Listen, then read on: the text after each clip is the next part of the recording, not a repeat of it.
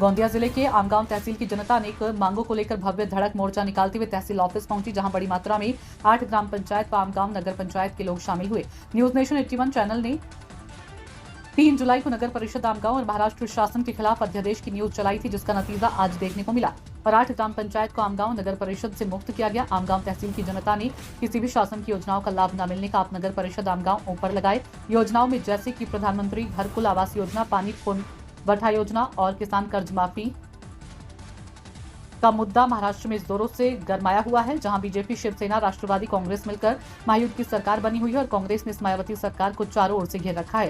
किसान आत्महत्या और किसान कर्ज माफी के ऊपर बीजेपी की सरकार ने चुनाव तक किसानों की कर्ज माफी का मुद्दा रखा था, जो कि जुमले वादे बनकर रह गए हैं। अमोल कुमार मासूरकर की ये रिपोर्ट। रोड रस्ते नाली बांधकाम आहे त्या सगळ्यांना त्यांनी मंजुरी देऊन ते कामं लवकरात लवकर पूर्ण करायला पाहिजे।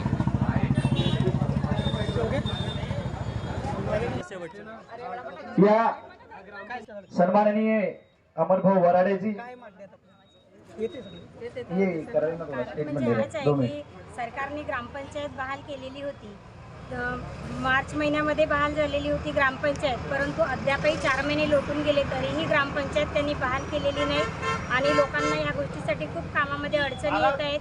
नाली, रोड, रस्ते, लोकांचे घराचे पट्टे सुद्धा मिळत नाही आहेत आणि लोकांना घरकुल सुद्धा मिळत नाही आहे। आधी काय होतं, ग्रामपंचायत असल्यामुळे लोकांना पट्ट्याची गरज नव्हती तरी ग्रामपंचायत गोरगरिबांना घरकुल देत होती, पण आता नगर परिषद असल्यामुळे गोरगरिबांना पट्टे पाहिजेत अशी म्हणजे शासनाचं धोरण आहे।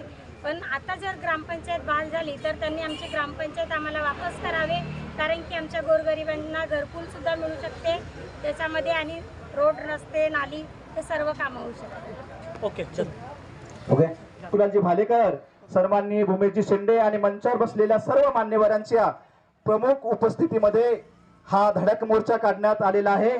हा धडक मोर्चा आपल्या हक्कासाठी आणि आपल्या अधिकारासाठी आहे। तर या मोर्चाचं या सभेला सुरुवात करण्याकरिता मी तीरथ भाऊ येटरे यांना काय कारण आहे, कशासाठी हा मोर्चा धडकत आहे? 7 ग्रामपंचायत ज्या आहेत त्या मागील 2017 पासून नगर परिषदमध्ये रूपांतरित झालेल्या होत्या, परंतु सुप्रीम कोर्टाच्या न्यायालयीन लढाई जी निकेश मिश्रा आणि तीरथ येटरे यांनी संपूर्ण 7ही गावच्या लोकांच्या माध्यमाने लढली, त्या लढ्याला यश आलं। शेवटी सरकारला नमतं घ्यावं लागलं। त्यानंतर त्याचा अध्यादेश निघाला की त्यांना पूर्ववत ग्रामपंचायतचे अधिकार बहाल करण्यात यावे। सरकारी अध्यादेश असताना सुद्धा आणि कोर्टाचा रुलिंग असताना सुद्धा हे मुरदाड सरकारचे जे प्रतिनिधी आहेत, प्रशासकीय अधिकारी, त्यांनी आजपर्यंत या ग्रामपंचायतांना त्यांचा अधिकार बहाल केलेला नाही। त्याच्यामुळे त्यांचे घरकुलाचे प्रश्न घडलेले आहेत, ग्रामपंचायतचा विकास होत नाही आहे आणि फक्त नगर परिषदेच्या माध्यमाने अर्बन डेव्हलपमेंटचा जो पैसा मागील 10-8-9 वर्षापासून येत आहे, तो पैसा तिथले स्थानिक नेते मंडळी, भारतीय जनता पार्टीचे लोकप्रतिनिधी आणि नगर परिषदेचे प्रशासकीय अधिकारी यांना दोघांना मिळून खायचं आहे।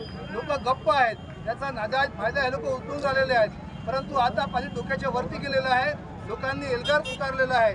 एवढ्यावरही जर देवेंद्र फडणवीस यांना सामान्य लोकांचा आवाज ऐकू येत नसेल, शेतकऱ्यांचा आवाज ऐकू येत नसेल, स्थानिक लोकांचा आवाज ऐकू येत नसेल, बेरोजगारांचा आवाज ऐकू येत नसेल, देवेंद्र फडणवीसांना फक्त आणि फक्त 50-50 कोटी रुपये घेऊन विकल्या गेलेल्या आमदारांचाच आवाज ऐकू येत असेल तर पुढच्या काळामध्ये लोक रस्त्यावर उतरून येणार, जोडे मारल्याशिवाय राहणार नाही आणि धडाशिवाय राहणार नाही। कालपासून एक पत्र व्हायरल होत आहे आणि स्थानिक आमदार संजय गुलाम यांच्या सोशल मीडियावर सुद्धा ते पोस्ट करतात। मला सांगा, आमदारांना जर एवढी फिकीर राहिली असती तर त्यांनी आपला एखादा प्रतिनिधी किंवा भारतीय जनता पार्टीचा एखादा लोकप्रतिनिधी जे पाठवला असता, मोर्चाच्या जे स्थानिक आयोजक लोक आहेत त्यांच्याशी काल चर्चा केली असती, सांगितलं असतं तुम्हाला फक्त पब्लिसिटी स्टंट करायचं आहे आणि जे नगर परिषद केली होती ती पण मीच केली होती आणि ती विघटित करण्याचं कामसुद्धा मीच केलं, माझ्याच बोलण्यावर झालं, हा दाखवण्याचा त्यांचा प्रयत्न आहे, केलवाना प्रयत्न आहे। परंतु माझी आपल्या माध्यमातून त्यांना सांगण्याचा इशारा आहे की संजय पुरामजी, स्थानिक लोकांचा आवाज कमीत कमी तुमच्या कानावर आला पाहिजे। त्यांची मागणी पूर्ण करता तुम्ही सभागृहामध्ये हा प्रश्न लावून धरायला पाहिजे होता की लोकांना, तुमच्या गावच्या स्थानिक लोकांना मोर्चा काढावा लागत आहे। अध्यादेश निघाल्यावर सुद्धा फक्त आणि फक्त प्रशासकीय अधिकार बहाल करणं ही म्हणजे मुळात गावकऱ्यांची लूट आहे आणि या लुटीमध्ये भारतीय जनता पार्टीचे लोकप्रतिनिधी इथले कार्यकर्ते आणि नगर परिषदचे प्रशासकीय अधिकारी सामील आहेत. माजी आमदार कोरोटे यांनी सुद्धा विधानसभेच्या मागच्या दिवसात एक पोस्टर माझा प्रश्न आहे की शेवटी आमदार कशाला निवडून देतात लोक, आपला प्रतिनिधी कशाला निवडून देतात की आपल्या ज्या स्थानिक मागण्या असतात. आणि ही एवढी मोठी मागणी आहे, ही काही 1-2 लोकांची मागणी आहे का?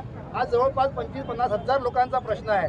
आज तुम्ही बघा ह्या 7ही ग्रामपंचायतमध्ये जाऊन फेरफटका मारा, तिथला पूर्ण विकास रखडलेला आहे. नाल्या नाही, रोड नाही, रस्ते नाही, पिण्याचं पाणी नाही, वेळेवर स्ट्रीट लाईट लागत नाही, म्हणजे वैद्यकीय तपासण्या नाही, DDT फवारणी नाही, अशा अनेक प्रश्नांना लोकांना सामोरं जावं लागते. चिखलातून पाय काढत लोकांना गावातून घरासमोरून निघावं लागते. मला सांगा, निवडून आल्यावर तुम्ही एवढे मुरदाड बनलेले आहे का? तुम्हाला असं वाटतं आहे का पुढचे 4 वर्ष आम्हाला काहीच नाही घ्यायला लोकांशी? परंतु लोकांना गृहीत धरू नये. लोक येणाऱ्या काळात तुम्हाला रस्त्यावर उतरून थोड्या मागल्याशिवाय राहणार. दुर्गा गटरे हे उपोषणावर बसलेले आहेत आणि ते सुद्धा मागे आश्वासन दिलं होतं आमदार साहेबांना, त्यावर आपण काय सांगणार? कोण उपचार बसले?